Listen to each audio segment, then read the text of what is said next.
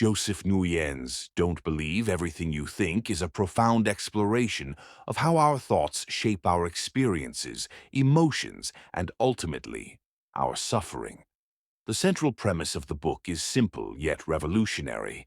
Suffering does not come from external circumstances, but from our own minds.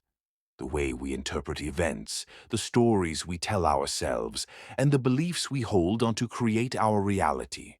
If we can change our relationship with our thoughts, we can change our lives. The book begins by challenging a fundamental assumption most of us live by, that our thoughts are always true and worth listening to. From a young age, we are taught to trust our minds, to analyze, to problem solve, and to rely on logic. But what if our thoughts are not always reliable? What if, instead of guiding us toward truth, they often lead us astray, reinforcing fear, doubt, and unnecessary pain? Nguyen argues that the mind is a tool, not a master. When we mistake our thoughts for absolute truth, we give them power over our emotions and actions. One of the most eye-opening insights in the book is the idea that thoughts are not facts. Just because we think something doesn't make it real. The mind constantly generates thoughts, some useful, many useless, and some outright harmful. For example, if you wake up feeling anxious and think, "Today is going to be a terrible day," that thought is not a prediction. It's just a passing mental event. But if you believe it, you will act as if it's true, and your day may indeed feel worse as a result. This is how suffering is created, not by reality itself, but by our unquestioned belief in our thoughts. Nguyen explains that much of our mental suffering comes from overthinking, a habit of dwelling on problems, replaying past mistakes, or worrying about the future. The mind loves to analyze, but when left unchecked, it spirals into endless loops of negativity. Have you ever noticed how a small concern can grow into overwhelming anxiety if you keep turning it over in your mind? This is the trap of overthinking. The more we engage with negative thoughts, the more real they feel and the more power they have over us. Another key concept in the book is the distinction between awareness and thought. Awareness is the silent observer within us, the part that notices thoughts without getting caught up in them. Thoughts, on the other hand, are like clouds passing through the sky of our mind. They come and go, but we often latch onto them, treating them as permanent truths.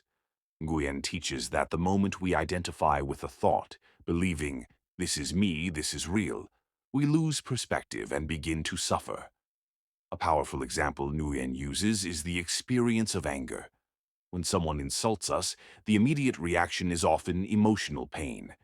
But if we pause and examine it, we realize that the pain doesn't come from the insult itself. It comes from the thought, "They disrespected me," or "I don't deserve this." These thoughts trigger the emotion. If we didn't believe them, the insult would have no power over us. This doesn't mean we should ignore real harm or injustice, but it does mean we have a choice in how we respond. We can question our thoughts rather than automatically accepting them as truth. The book also explores the role of ego in suffering. The ego is the part of the mind that constructs a sense of identity. I am successful. I am a failure. I am unloved. These self-concepts are just thoughts, yet we cling to them as if they define us. When something threatens this identity, like criticism or failure, we feel pain because we believe the thought, "This shouldn't be happening to me." Nguyen suggests that much of our suffering comes from resisting reality. We want life to be different than it is, and this resistance creates inner conflict. So, if thoughts are the root of suffering, how do we free ourselves? The first step, Nguyen explains, is simply noticing our thoughts without judgment. Instead of getting swept away by them, we can observe them with curiosity. Isn't it interesting that my mind is telling me I'm not good enough right now? This creates space between us and our thoughts, weakening their grip. The second step is questioning them. When a stressful thought arises, we can ask, "Is this absolutely true?" Is there another way to see this? Often we realize that our thoughts are exaggerated or simply untrue. The third step is letting go. Thoughts are temporary. They arise, they pass. But when we hold on to them, replay them, or argue with them, we keep them alive. Nguyen compares this to holding a hot coal. The longer we grip it, the more we burn ourselves. The alternative is to loosen our grasp and allow thoughts to come and go naturally.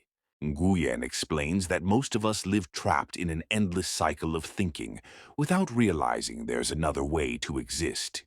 We wake up thinking, spend our days thinking, and often lie awake at night thinking.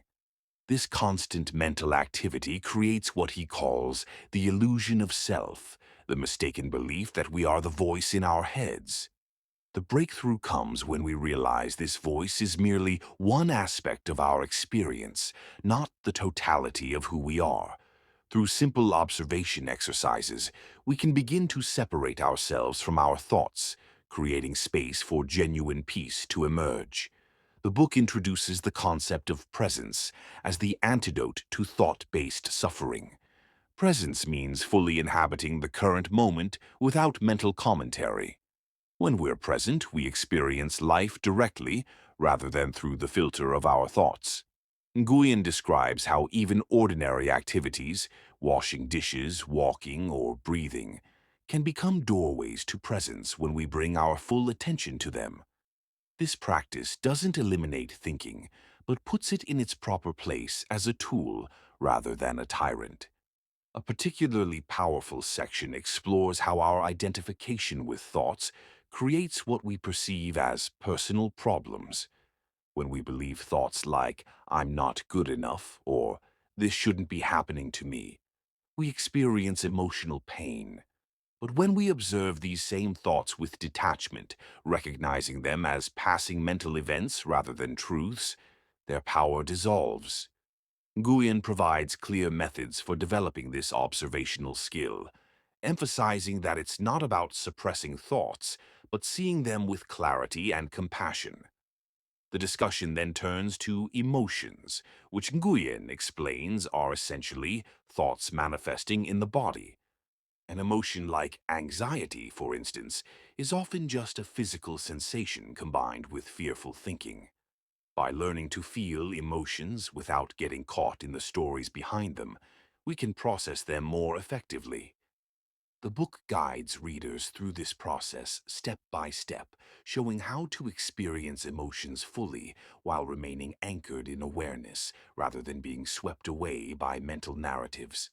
One of the most liberating sections addresses the concept of control.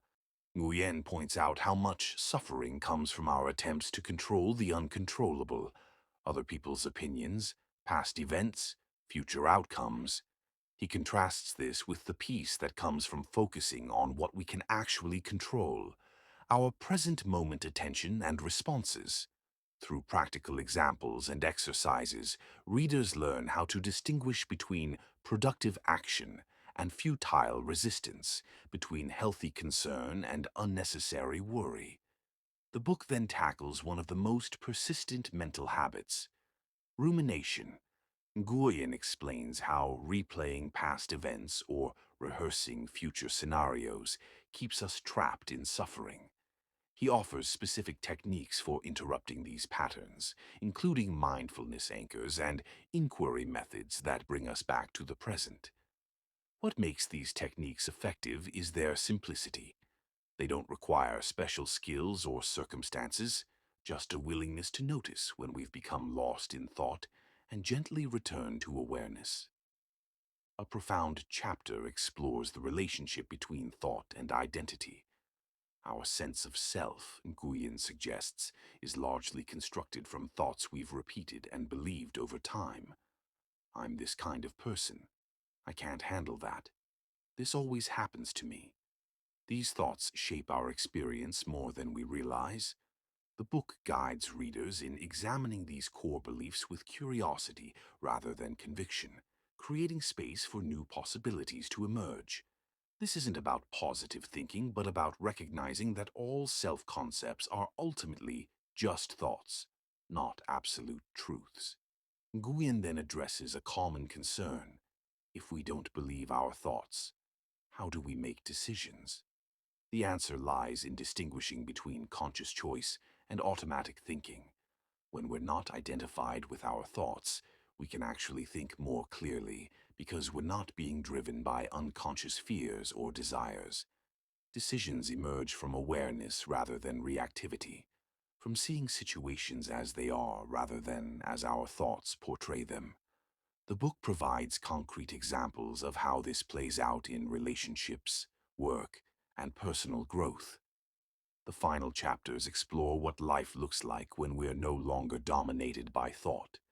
Nguyen describes it as a lighter, more open way of being where we experience life directly rather than through the filter of constant mental commentary. Challenges still arise, but we meet them with greater clarity and resilience. Emotions come and go without becoming entrenched. Relationships become more authentic as we listen without immediately interpreting or judging.